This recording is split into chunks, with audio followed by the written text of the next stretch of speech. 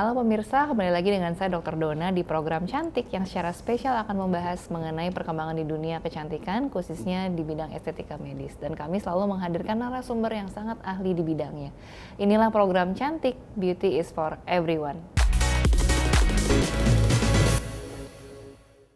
Oke, nah pada hari ini kita sudah kedatangan narasumber kita, yaitu Dr. Shirley, yang juga adalah dokter estetika dan juga ahli dalam bidang akupuntur. Halo dokter, apa kabar? Halo Dr. Dona.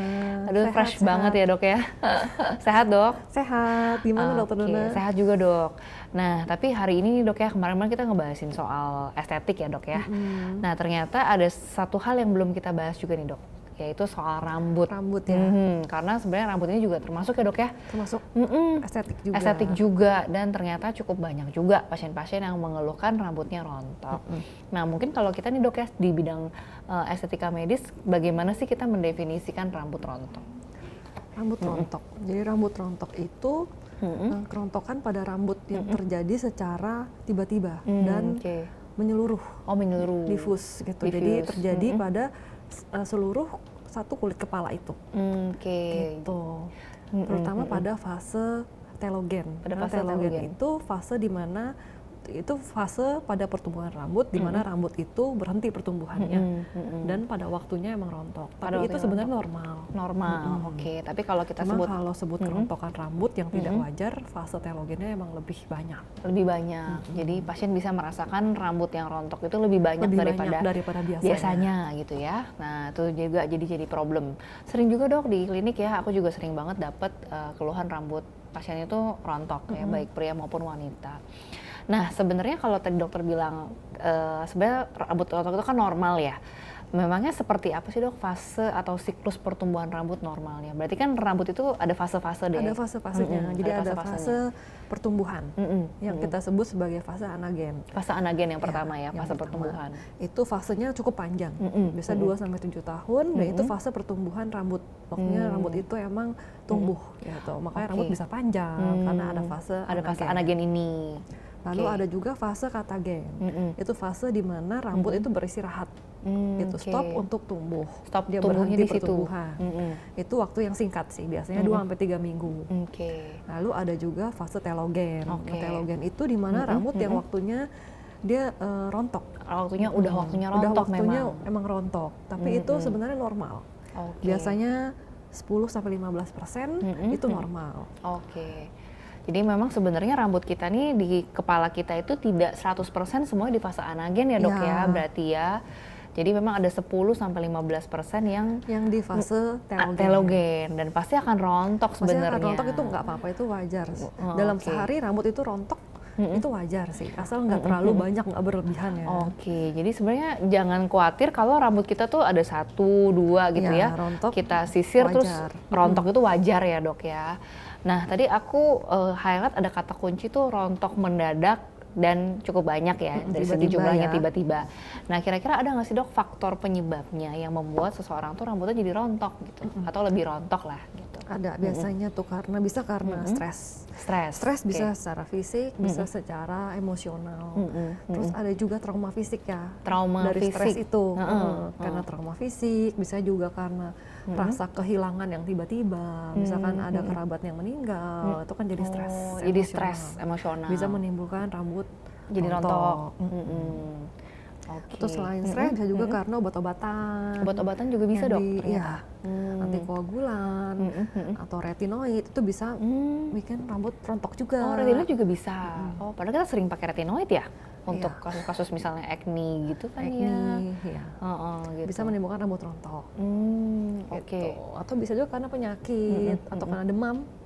Demam tinggi, misalkan dia penyakit tertentu yang ada demamnya, infeksi, peradangan, demam tinggi juga bisa rambut itu rontok. Banyak ya. Masa dulu juga pernah sih. Oh gitu dok? Iya, demam karena typhoid fever, rambutnya rontok banyak banget. Oh gitu, setelah sembuh baru mulai rontok gitu? Atau gimana? Pas demamnya. Pas demamnya rontok banyak. Setelah sembuh, ya rontoknya juga mulai berkurang. Atau karena hormon, hormon misalkan orang yang hamil dan melahirkan, biasanya setelah melahirkan rambut rontok banyak. Iya, makanya pada potong pendek tuh biasanya. Bener. Jadi childbirth alopecia jadinya ya. Telogen. Karena hormon juga bisa menopause gitu. Oke, kalau penyakit-penyakit tertentu juga bisa ya dok ya, kayak misalnya terapi cancer gitu, itu termasuk juga ya? Itu kemoterapi, karena pengobatan. Jadi faktornya sebenarnya banyak ya, bisa karena stres faktor, bisa karena penyakit lain, bisa juga obat-obatan, terapi gitu ya. Aku juga ada pengalaman dok, ngomong-ngomong ya, pernah juga aku mengalami beberapa kasus kerontokan rambut mendadak tuh gara-gara diet dok. Ternyata diet ekstrim gitu ya. Ternyata bisa juga ya diet ekstrim menyebabkan rambut jadi rontok gitu. Kurang nutrisi. Kurang nutrisi. Kurang vitamin, kurang zat besi. Kurang zat besi, vitamin gitu ya dok. Ya bisa ternyata ya. Sama satu lagi aku juga ada beberapa case pasien dok Shirley, hairstyling. Ternyata bisa juga ya hairstyling nyebabin rontok.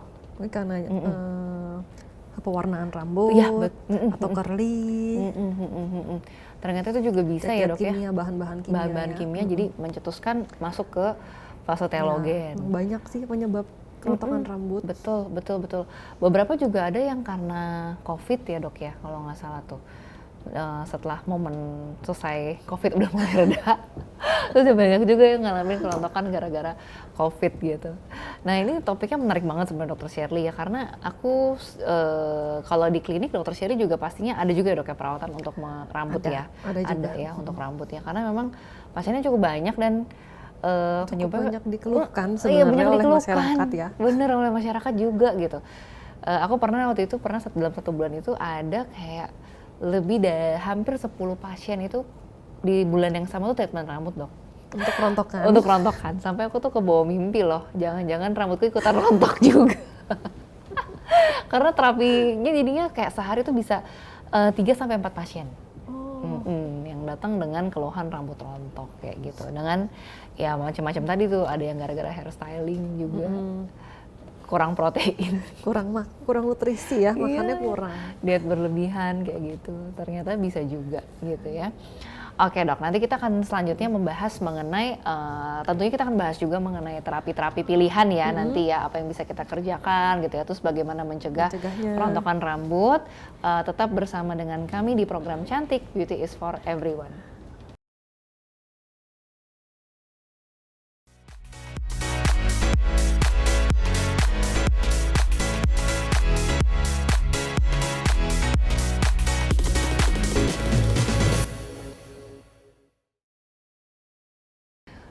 Oke pemirsa, kembali lagi dengan saya Dr. Dona dan Dr. Shirley di program Cantik yang membahas tentang hari ini rambut rontok ya dok ya. Nah tadi kita udah bahas dok penyebab-penyebabnya. Nah gejalanya apa sih yang bisa dirasakan oleh pasien kalau mengalami masalah kerontokan rambut? Gejalanya biasanya tuh rambutnya rontok lebih banyak dari biasa, terutama itu pertama ya. Saat cuci rambut, sakit keramas, cuci rambut. Rontoknya lebih banyak, atau saat menyisir. Abad nyisir juga bisa. Rontoknya lebih banyak. Terus terlihat juga rambut kok lebih tipis, gitu. Ada penipisan pada rambut. Jadi kalau tadinya rambutnya tebal, sekarang jadi tipis. Kalau laki-laki biasa bisa dilihat ya. Kalau perempuan biasa diikat kok lebih tipis, gitu. Atau bisa juga karena pas digenggam, tertarik, rambutnya rontok banyak di tangan. Gitu. Itu gejala-gejalanya. Terus jadi kayak jarang-jarang gitu ya dok ya? Iya. Kayak kulit kepala jadi lebih terlihat juga lebih bisa ya? Lebih terlihat kulit kepalanya. Biasanya tuh pada pria lebih kelihatan. Jadi bisa rambut rontok lebih banyak, bisa lebih tipis, kulit kepala lebih terekspos jadinya gitu ya. Nah itu tadi tiga gejala yang bisa dirasakan oleh pasien. Terus kemudian dok, kalau misalnya terjadi rambut rontok, sebenarnya bisa dicegah nggak sih? Bisa dicegah. Biasa dicegah di rumah, juga bisa dicegah. Biasanya itu kan tadi penyebabnya bisa karena nutrisi, kurang nutrisi. Bisa dicegah dengan makan makanan yang sehat. Jadi makan juga yang seperti suplemen untuk rambut yang mengandung biotin. Juga suplemen rambut. Ya, pertumbuhan rambut, biotin atau vitamin-vitamin lah. Vitamin zat besi, seng, atau vitamin B gitu. Yang bagus untuk pertumbuhan rambut. Jadi banyak konsumsi antioksidan ya. Antioksidan juga. Ya. Gitu. Untuk mencegah juga bisa digunakan shampoo anti rambut rontok, anti hair fall. Anti hair fall. Itu banyak dijual. Iya, betul. Kalau anti hair fall ini biasanya kandungannya tuh lebih ke fungsi buat apa sih Dokter Shirley sebenarnya? Anti hair fall. Jadi dia untuk mencegah lebih banyaknya rambut yang rontok. Oke. Jadi untuk mencegah supaya fase telogennya itu tidak banyak. Tidak banyak. Oke. Nah, kira-kira bisa nggak sih dok memperkuat akar rambut juga kalau misalnya pakai produk-produk shampoo atau hair tonic gitu ya, serum? Iya, bisa memperkuat akar rambut. Oke. Supaya nggak gampang rontok. Nggak gampang rontok. Nah, kalau yang menumbuhkan gimana dok? Apakah bisa juga tuh combine antara sampo dengan serum atau hair tonic? Gitu. Boleh ya? Boleh di-combine. Bebas sih kalau shampoo, hair tonic itu bebas. Jadi di rumahnya bisa dipakai juga. Terus kalau misalnya ada beberapa pasien nih dok yang sekarang kayaknya udah cukup lumayan pada tahu ya, pasien-pasien tuh banyak yang ada yang terapi para minoxidil. Nah, itu gimana tuh dok menurut pandangan Dokter Shirley? Nggak apa-apa juga, itu untuk biasanya itu untuk treatment sih. Untuk treatment kalau emang rambutnya udah rontok, treatment dengan minoxidil. Oke, jadi bisa combine nih ya dok ya? Bisa combine. Bebas ya shampoo yang untuk anti hair fall. Untuk hair fall, dengan minoxidil, serumnya, toniknya gitu. Oke. Waduh, berarti home care-nya bisa seperti itu tuh ya para pemirsa ya, pakai bantuan shampoo ataupun serum dengan yang produk-produk untuk mencegah hair rambut fall. rontok ya. Oke. Nah, selain tadi dok suplemen terus juga produk perawatan rambut kira-kira apa lagi yang bisa kita bisa juga kerjakan?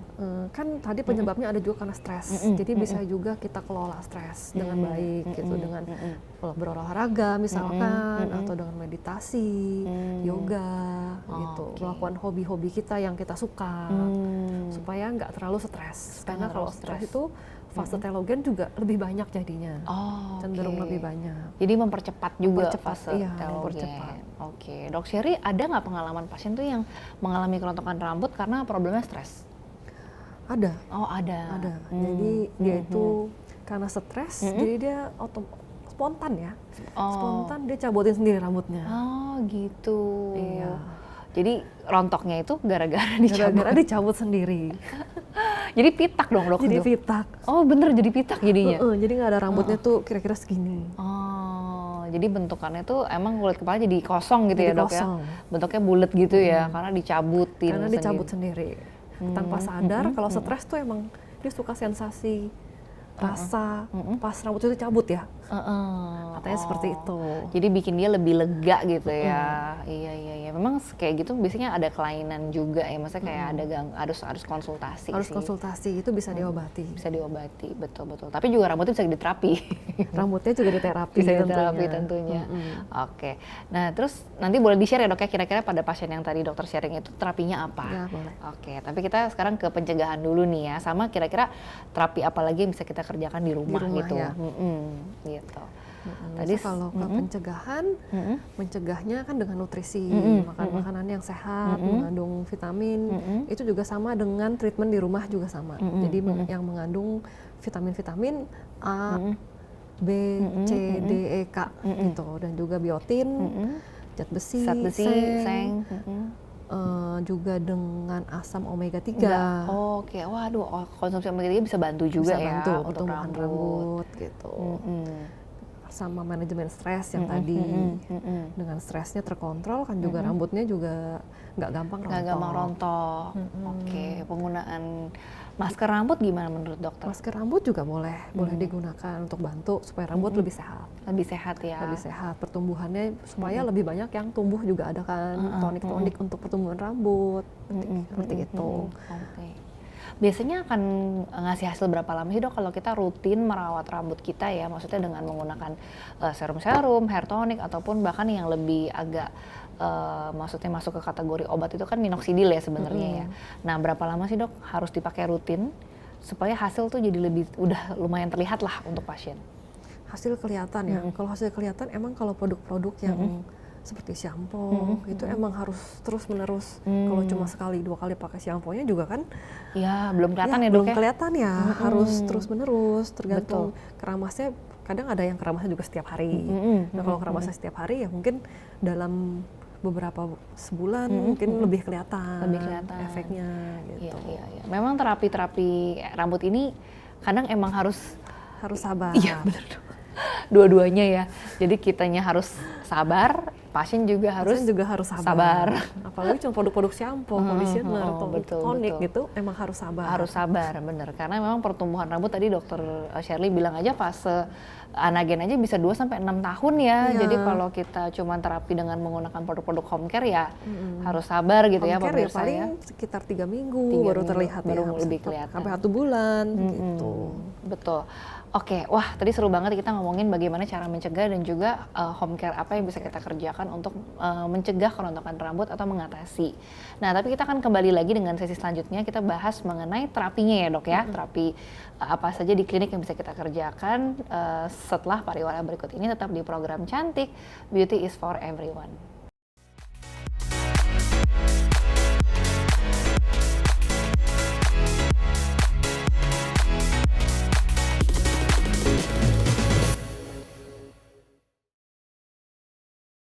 Baik pemirsa, kembali lagi di program Cantik. Nah, kita hari ini membahas mengenai rambut rontok ya dok ya. Tadi udah membahas tentang pencegahan ya, sama bagaimana terapi di rumah. Nah, sekarang kita mau membahas terapi nih kalau kita di klinik. Nah, kalau konteksnya di klinik, kira-kira pilihannya apa dok yang bisa kita kerjain buat rambut rontok? Ada beberapa pilihan sih. Ada beberapa pilihan. Untuk rambut rontok, bisa dengan PRP. Mungkin udah pada dengar juga nih PRP. Jadi PRP itu pengambilan sampel darah dulu, baru kita ambil plasmanya, lalu disuntikan. Oke, itu ambil plasmanya dari darah pasien sendiri ya dok ya? Pasien sendiri. Jadi ini nggak usah khawatir akan adanya alergi yang timbul, karena itu kan dari darah sendiri. Gitu. PRP itu juga bisa. Jadi bisa dia untuk merangsang folikel-folikel rambut untuk pertumbuhan rambut baru. Untuk pertumbuhan rambut baru. Jadi prosesnya gimana tuh dok? Dari mulai ngambil darah sampai akhirnya dapat itu serumnya?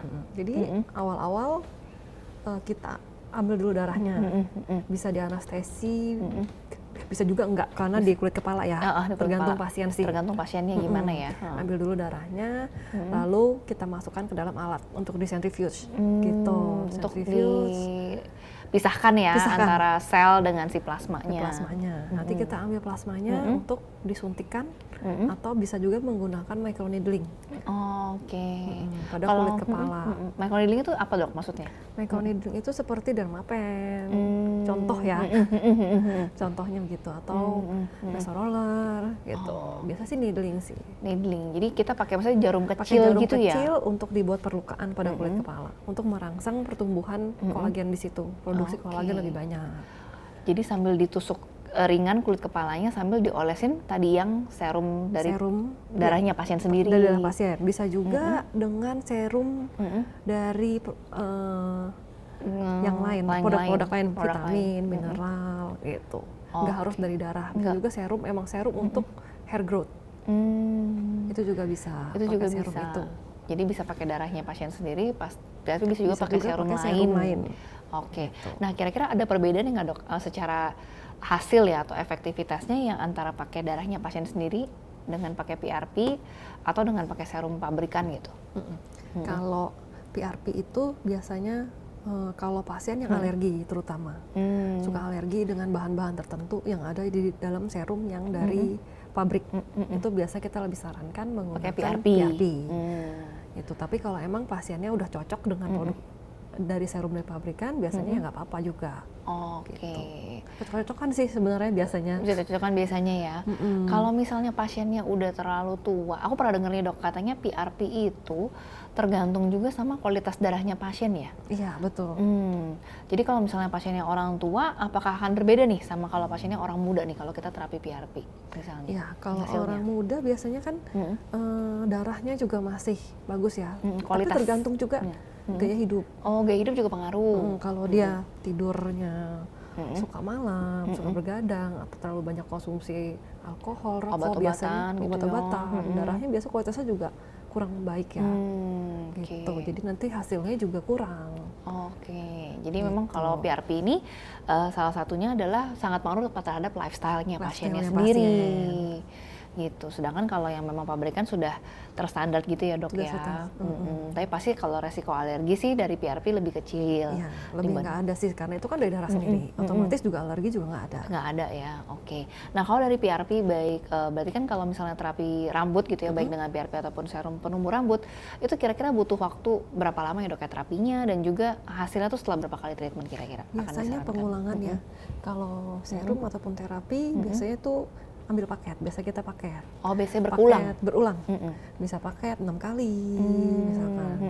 Itu biasanya kalau paket 3 kali juga udah kelihatan tuh ada baby hair. Oh, rambut-rambut bayi ya? Rambut-rambut yang baru tumbuh. Tapi kan itu kita harus maintenance supaya rambut itu terus tumbuh, bukannya rontok kan. Iya, betul.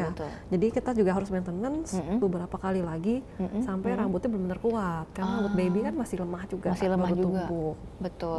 Biasa dokter akan sarankan berarti 6 kali treatment tuh ya dok ya, minimal ya. Jeda waktunya berapa lama sekali dok? Itu bisa 1 minggu atau 2 minggu. Seminggu 2 minggu sekali udah balik pasiennya? Iya. Oke. Untuk melakukan treatment secara berkala gitu ya dok ya? Secara berkala. Oke. Waduh, itu tadi menarik banget ya. Ternyata treatment rambut itu bisa juga ya di klinik kecantikan, dan caranya menggunakan darah pasien ataupun dengan serum ya yang bisa diinjeksikan atau pakai alat bantu lain. Nah kira-kira selain itu ada pilihan terapi lain nggak dok? Kalau misalnya pasiennya, saya nggak mau ngambil darah sendiri gitu ya, atau saya nggak mau disuntikin. Nah kira-kira ada nggak terapi alat yang bisa bantu untuk pertumbuhan rambut? Ada, bisa juga dengan laser. Oke, laser juga sekarang bisa. Dengan diode laser. Jadi laser ada sinar infrarednya, dia untuk merangsang pertumbuhan rambut. Tapi mungkin nggak se-efektif, nggak secepat yang kita suntikan. Oh gitu. Tapi itu bisa efek juga. Bisa efek juga. Biasanya dokter akan sarankan berapa kali treatment dok kalau untuk laser ya, laser rambut? Kalau untuk laser juga sama sih, berkala, harus berkala. Tapi biasanya itu laser paket dengan injeksi, itu juga bisa dikombin. Oh, bisa dikombin juga? Itu lebih bagus. Lebih bagus lagi. Laser dengan juga injeksi PRP ataupun serum. Biasanya kalau dokter kombinasi seperti itu, yang mana yang duluan dok? Biasanya injeksi serum dulu? Laser dulu. Oh, laser dulu, baru injeksi kita terakhir. Oke. Nah, kalau mereka digabung, kira-kira sinerginya dari sisi yang mana dok untuk ini terapi untuk rambutnya? Jadi kalau digabung itu kan ada penguatan untuk akarnya juga. Jadi selain akarnya dikuatkan supaya dia nggak gampang rontok, bisa juga merangsang folikel-folikel rambut untuk menghasilkan rambut baru baby hair tadi. Baby hair lagi. Oke. Jadi dua-duanya dapat nih supaya rambutnya nggak rontok dan supaya pertumbuhannya juga ada lagi yang baru. Lagi yang dapat. Jadi kalau memang alat itu sebenarnya lebih fokusnya ke mencegah kerontokan rambut, sedangkan kalau serum lebih ke penumbuhan rambutnya. Jadi dua-duanya bisa dapat ya dok ya. Bisa dapat, lebih bagus memang dikombin. Nah kalau setelah terapi-terapi tadi gitu ya dok ya, entah itu laser ataupun dengan serum, ada nggak dok pantangan setelah itu atau bagaimana ngerawatnya nih supaya rambut yang udah ditumbuhkan itu bisa terjaga gitu? Biasanya itu pantangannya paling 24 jam jangan cuci rambut dulu. Supaya meresap gitu ya serumnya? Supaya iya kan baru serum, baru di laser, biasa supaya serumnya itu meresap supaya enggak. Udah gitu kan juga ada bekas-bekas luka ya. Bekas-bekas luka suntikan ataupun microneedling. Itu pun supaya lukanya itu nggak jadi infeksi. Mencegah ada infeksi. Jadi jangan cuci rambut dulu 24 jam. 24 jam pertama. Untuk 24 jam pertama. Oke, selain itu dok kalau pakai produk gimana? Produk boleh, bisa juga dikombin dengan produk-produk shampoo, conditioner yang anti hair fall, atau dengan tonik, itu bebas. Oh bebas ya. Jadi yang perawatan di rumah bebas. Perawatan rumah boleh lanjut gitu ya dok ya. Dan tentunya perlu juga diimbangi dengan gizi juga ya, supaya pertumbuhan rambutnya tetap maksimal ya, vitamin dan mineral. Oke, waduh kita seru banget nih ngomongin soal rambut ya dok, sampai nggak terasa dok. Karena memang rambut ini jadi keluhan pasien-pasien juga cukup banyak, dan pastinya di masyarakat juga banyak yang mengalami rambut rontok. Nah, kita harus akhiri dulu sesi kita pada hari ini. Dr. Sherry, terima kasih dok. Dan juga para pemirsa ya, tetap nantikan kami di program Cantik. Saya Dr. Dona dan Dr. Shirley dan juga seluruh kru yang bertugas pamit undur diri. Inilah program Cantik, Beauty is for Everyone.